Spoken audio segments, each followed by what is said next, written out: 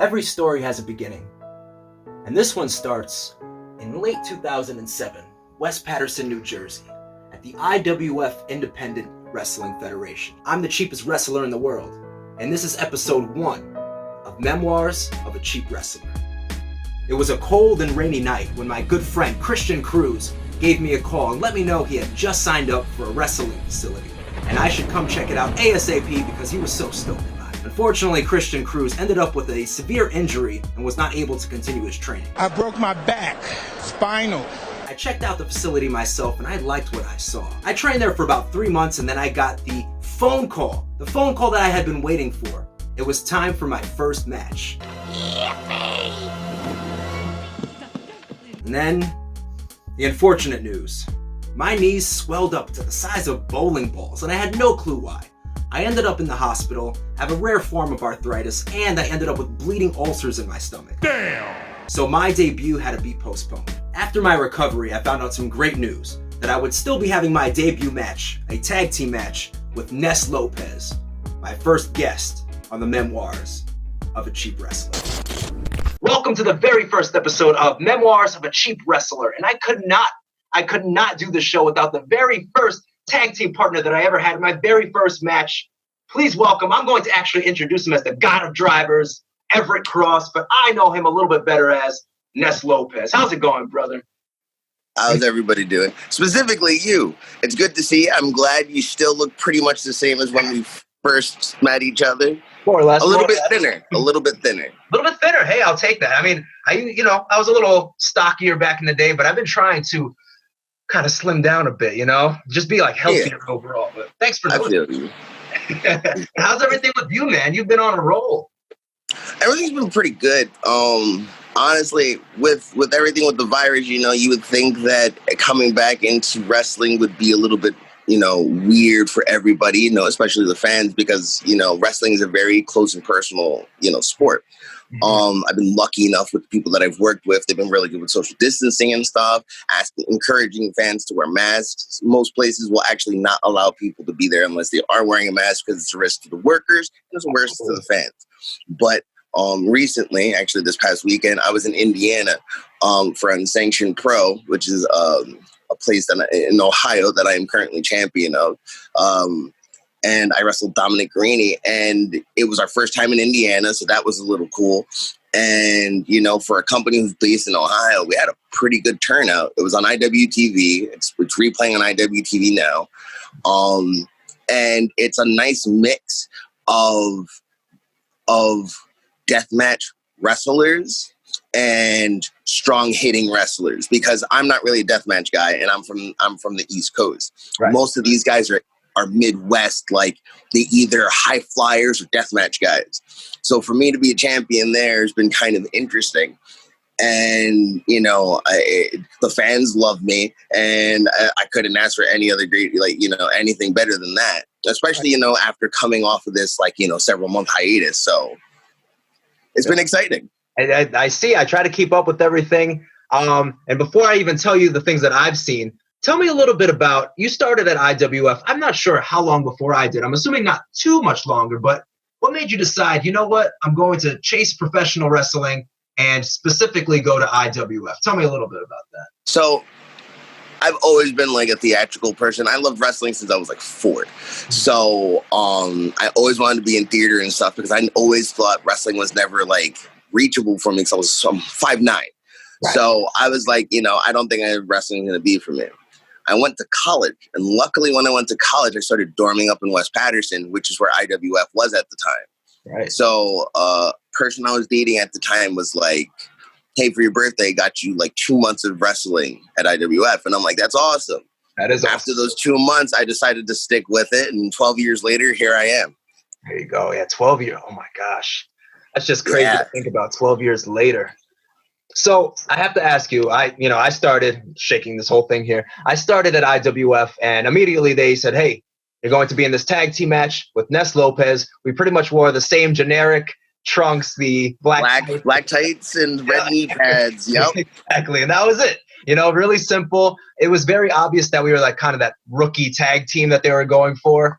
What did you? What were your thoughts on that? Were you? And you could be honest with me. Were you like happy about it? Were you? I was totally excited. I'm Okay. very much a person that like, especially because we got along when I first met you. So once we got along and they were like, we're going to be teaming together, I was like, perfect. We need to think of a name. Yeah. Because I remember us thinking, like, the moment they told us, I was like, no. We need to think of a name, and it needs to be a catchy name. And that was back when I wanted to call myself the Original Entertainment System Ness. So Which I thought that was a dope name, by the way. always thought that was cool. Thank you. I appreciate it. So, and then I was just like, wait a minute, hold on, let's fuse them together. Saxon Entertainment. It sounds amazing. Right. It sounded like an acting group or something like that. So it was great. And honestly, it's always good, especially because, you know how in wrestling, sometimes you're just kind of thrown into things. Mm-hmm. I was lucky enough to have you, who's someone I knew and got along with. So we were actually able to have fun with it. And, it was a good time. Well, for me specifically, from what I remember, I remember it being a lot of fun. It was definitely fun, and you hit the nail on the head a couple of things. Specifically, like, I felt comfortable with you. There was a lot of people, I'll be honest, I was young. I think I was like 17, 18, probably like 18 years old, and I didn't really click with everybody there. So I was glad that I was paired with someone that I clicked with, that I felt like I trusted, because that was a big deal for me, especially having my first match. So thank you for being, such a trustworthy person that I felt comfortable with. It made it easier for me. So I think we only actually teamed together maybe twice, like 2 actual matches, I should say. And practice, we probably team each other with a bunch. Yeah. I think if I remember correctly, and correct me if I'm wrong, I think our first tag team match was against Harley and Dan Marquez.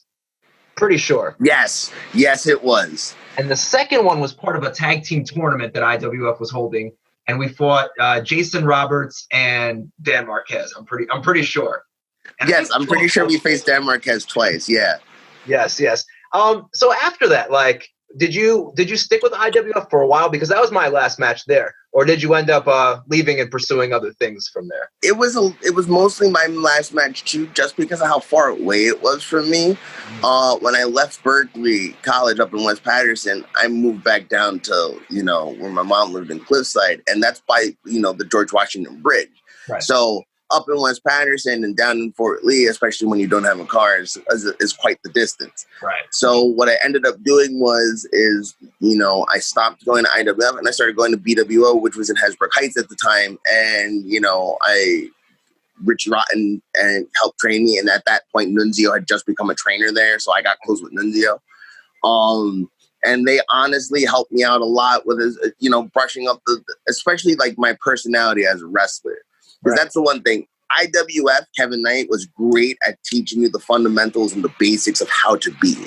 I knew how to be a baby face before I knew how to do anything else. I knew how to sell before I knew how to do anything else.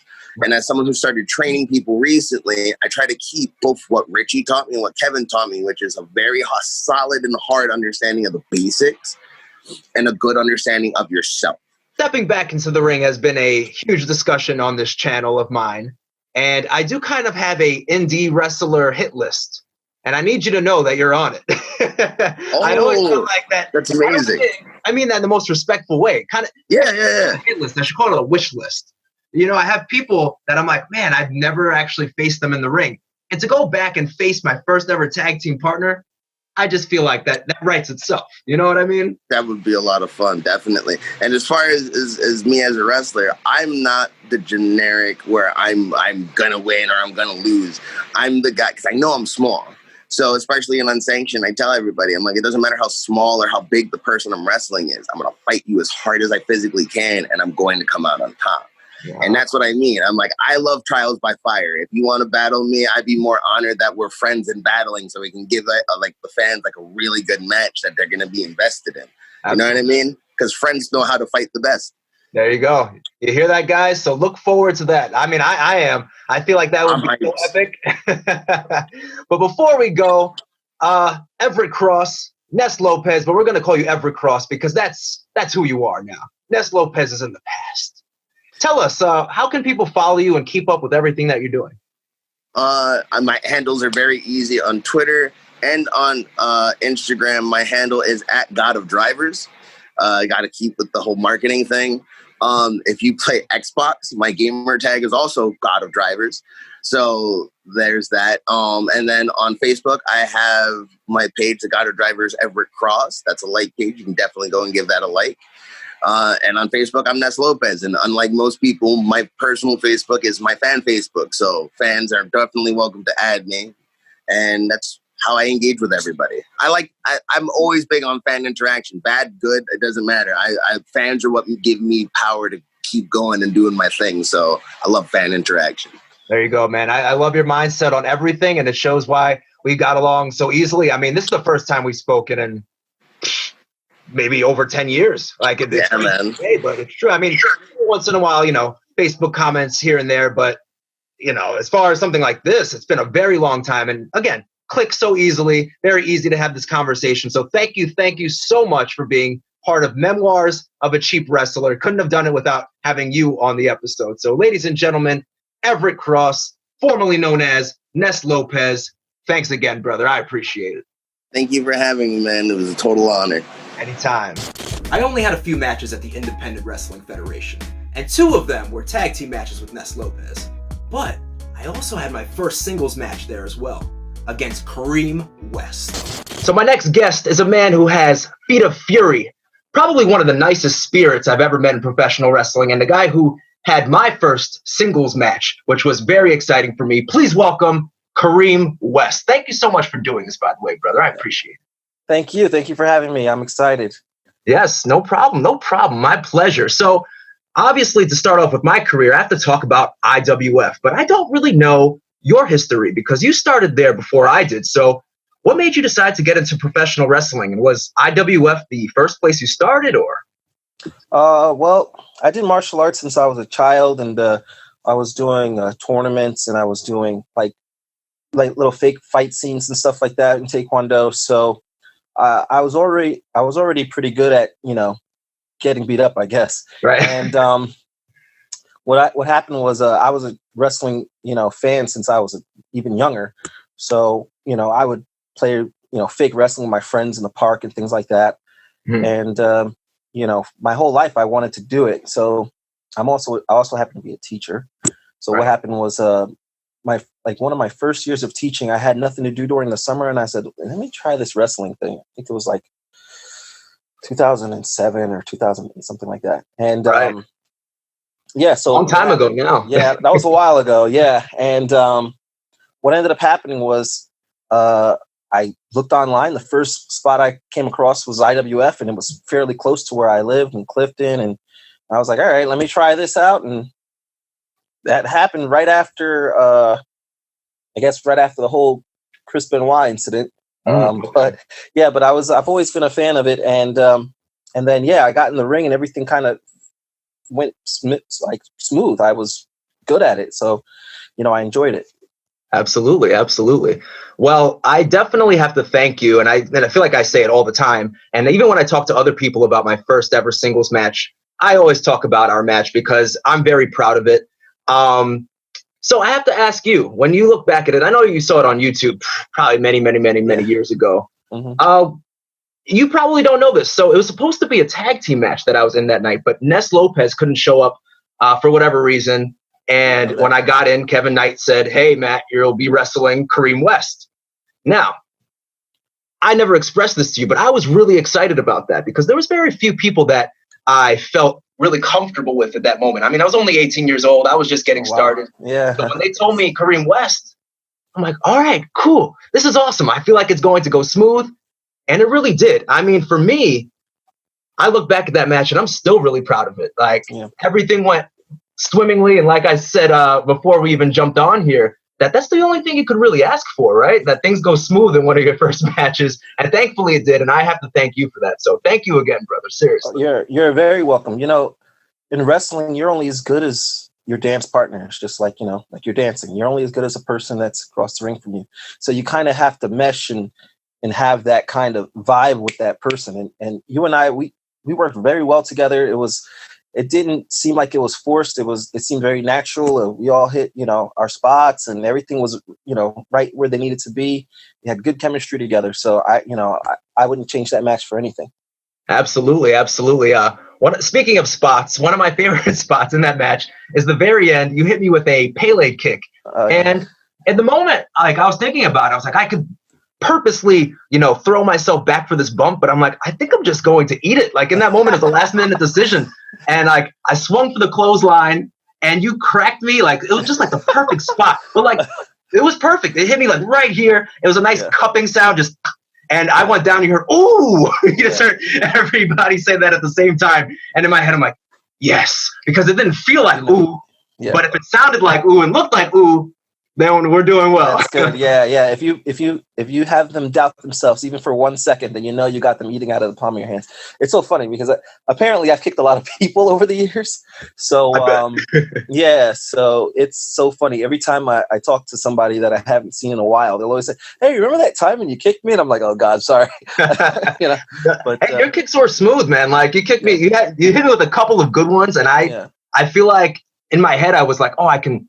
Like I said, purposely try to take this bump, but I feel like I should just eat it and drop like a sack of potatoes as if you picked me on the street. You know what I mean? Yeah, no, that's good. It's so funny when we wrestle, especially with someone's first match, as a senior wrestler, you want to try to put that person over and try and make them look credible, because a lot of times, other than maybe if you have family or friends that are there watching, they don't know you. So, I've fortunately had the pleasure of wrestling a lot of people in their first matches. And, my thing is I always want to try to make them look as believable as possible and get the fans behind them too, because if I just, go in there and squash it, what's the point, so. Absolutely. And hey, that's why I say you're one of the kindest spirits in wrestling, man. One of the best people I ever wrestled. And I know we kind of talked about it briefly before we started this, but I would love to do it again one day. I absolutely would. That would be my pleasure. Seriously. Yeah. I mean, I'm a little slower now than I was then, but I can still move, so I can still go when I have to. Still kind of wrestling once in a while. Not as busy and jam-packed schedule as back then. We were wrestling a lot, but I'm still working out. I'm still training. Still at the IWF. Still doing my thing. So, I would love to work. I would love to work you. Absolutely. And this is like the perfect segue, because I was going to ask, are you still wrestling with IWF? I'll be honest, I haven't really kept up with everything IWF. What have things been like since, obviously since 10 years? It's been a while. Like I can't remember what year I stopped. I had stopped wrestling for quite some time. I do martial arts and I'm a teacher, so I kind of have a pretty jam-packed schedule. And then out of nowhere, Kevin hit me up and he wanted me to come back for some alumni night at one point, just to kind of be a guest there and watch. And I did that, and that was fun. And then he said, "Hey, why don't you do a Royal Rumble style or Battle Royal style match?" And I was like, "Okay, that's always fun. You don't have to think too much about that." And so I did that. And then he was just like, "Hey, why don't you just come back?" And I was just like, "All right." And so I did that. But I've also done some outside shows in the past couple years or whatever, and they're always fun too. But yeah, right now, with the whole IWF, we have 2 shows per year, so it's not anything crazy. Right. I think there's a show coming up soon, actually, on the 11th. So, but that's obviously there's no fans. I think we're gonna record it and then post it for the fans. Right. And then hopefully by next year, everything will be back to some type of normalcy. Thank you again for doing this with me. But before we go, I just wanted to give you the floor. If you have any other projects coming out, anything that you would like to bring to the people's attention, maybe somewhere that they can follow you and keep up with everything Kareem West, please go ahead. Give yourself that plug. Give me a second here, because I don't even know. I'm so bad with technology. I'm a little older, But that's okay. Hold on. So on Instagram, you can follow me at Jamar TKD. That's my middle name. Nobody calls me Kareem. But you can follow me at Jamar TKD on Instagram. And you think I would have it all the same, right? But I don't. On Facebook, where am I here? Let me see. I'm the same way. It's okay. It's just Phoenix Martial Arts, with a little colon Kareem West. I'm on Twitter, but not really, so I'm almost never on there. Right now, I'm teaching martial arts at Enforcer, easy for me to say, Enforcer Fitness in Nutley, New Jersey. You can also look for them on Instagram and Facebook. Yeah, I teach there maybe 4 or 5 times a week, so I'm there constantly. In fact, I'm going to go there a little later today. I have mixed martial arts classes, And yeah, that's basically my whole spiel. It was good talking to you. Absolutely, absolutely. So, ladies and gentlemen, this was Kareem West, which I just found out that no one else calls him Kareem. You know, it's all good. Every day. Yeah, it's like my professional name. It's like, you know, people call me Kareem, but like most people either just call me West or my family calls me Jamar. So, yeah. The more you know, right? Yes, exactly. So, ladies and gentlemen, thank you so much for joining us all about everything IWF. West is best. About 8 months into my wrestling career, my knees swelled up again. And I ended up going back to the hospital. The doctors really couldn't figure out a cure. So I was back and forth between training and staying home. So one day the trainer let me know that I was no longer accepted into the Independent Wrestling Federation. At this time, there were not a lot of wrestling schools out there. And if there were, you actually did not know about them. Wrestling was still on the hush-hush on how you become a professional wrestler. So I had no clue what to do from here. I was completely lost. Where do I go? Where do I train? What wrestlers can I meet in order to find out my next career path? And this is going to lead me into episode 2 of Memoirs of a Cheap Wrestler. I am the cheapest wrestler in the world, Matt Rivera, and I'll see you real soon. Hey!